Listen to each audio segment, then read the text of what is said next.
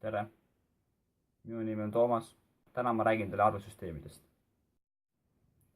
Ma räägin teile kiilkirjast, mis oli Babylonias, Mesopotaamias.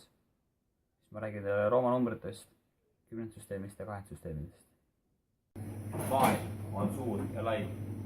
Seda on läbi aegade kasutanud erinevaid arvusüsteeme. Aga kuidas näiteks loendada kahte õuna, mis on erineva suurusega, või näiteks südameid?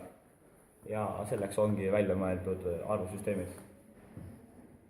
Kui sa tunned mitut arvusüsteemi, mis su väljavaated on palju laiemad. Tundes ühte arvusüsteemi on meie võimalused ja teadmised väga kitsad. Peaaegu et mõõdetavad.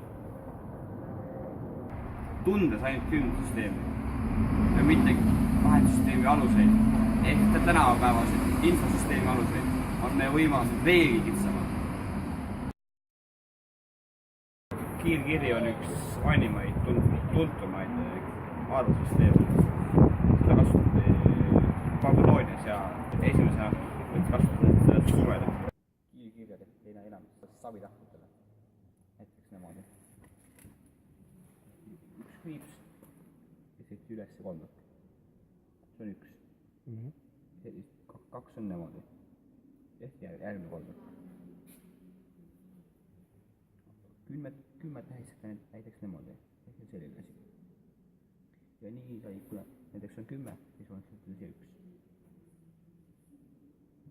Niimoodi sai 11 ja niimoodi tehti kuni 59 joonistati. Siis kui tuli 60, siis joonistati lihtsalt nagu 1. Kui tuli 61, siis joonistati lihtsalt 2 asja. See võis küljelt segadust tekitada. Kui tuli näiteks 70, siis tehti sükene. Ja see 71 oli näiteks niimoodi.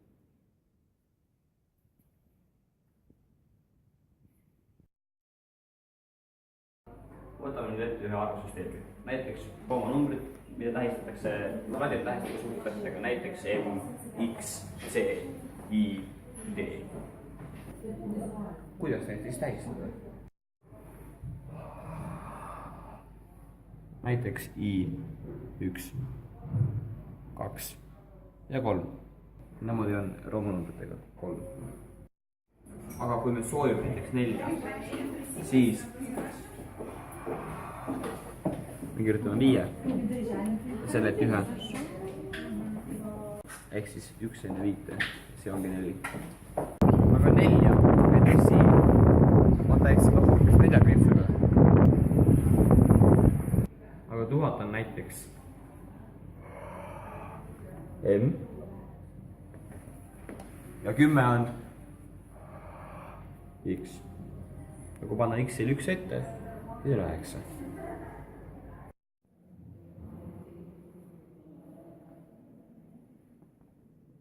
Võtame siis näiteks mõne raskema Rooma arvudest. Näiteks M1000, T500, 1500, C on 100, 1600 ja see on X ja L. X on 10, L on 50, väiksem number enne suuremad, tähendab seda lahutad sellest, siis on 1640 ja see on 8, 1648. Huvitav, kuidas näeb välja miljon dollarit Rooma numbrites? Siit, selles kohas hakkas kunagi Balti kett. Seda nimetatakse imeks, seda märki nimetatakse imeks. Räägitakse, et kui siin kolm korda keerutada, siis see soov läheb täide. 1, 2, 3.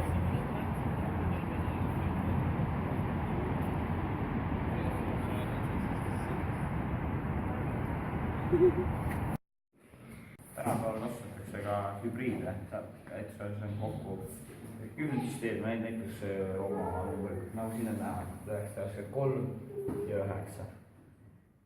Kümnendsüsteem, Rooma numbrid. Ja sellist asja näen ma esimest korda. Nädalapäevad on Rooma numbritega ja kellaajad on kümnendsüsteemi numbritega.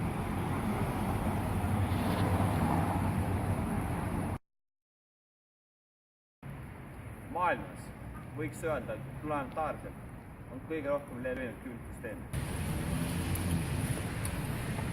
hallo?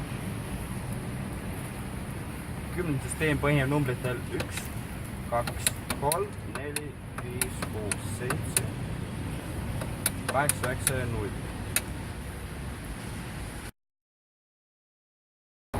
Kümnendussüsteemis on 10 sümbolit ja 8 süsteemis on 2 sümbolit, 0 ja 1. 1 tähendab, et on, 0 tähendab, et ei ole.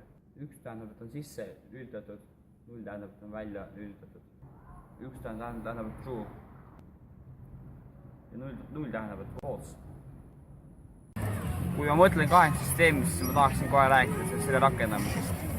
Aga rakendame me seda lihtsalt. 1 või 0 on 1 bait. Kui joonistada näiteks 8 tükki,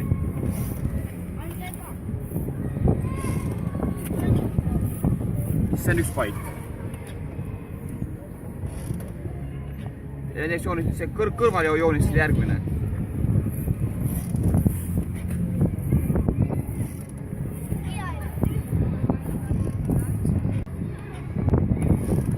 See on teine bait.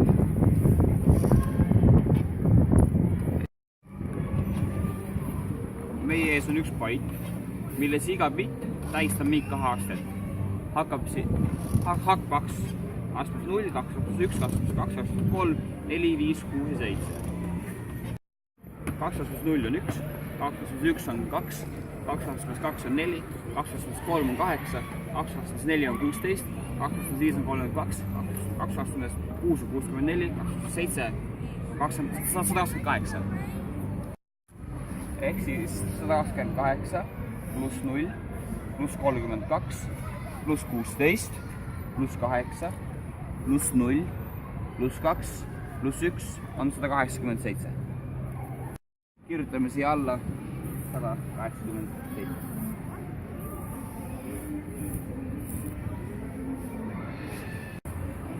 Ja kui sellised baite on näiteks 4 tükki, 86,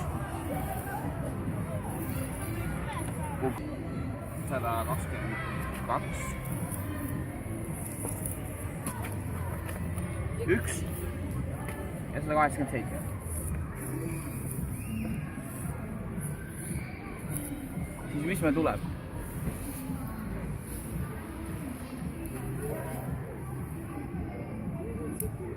Mille moodi see on?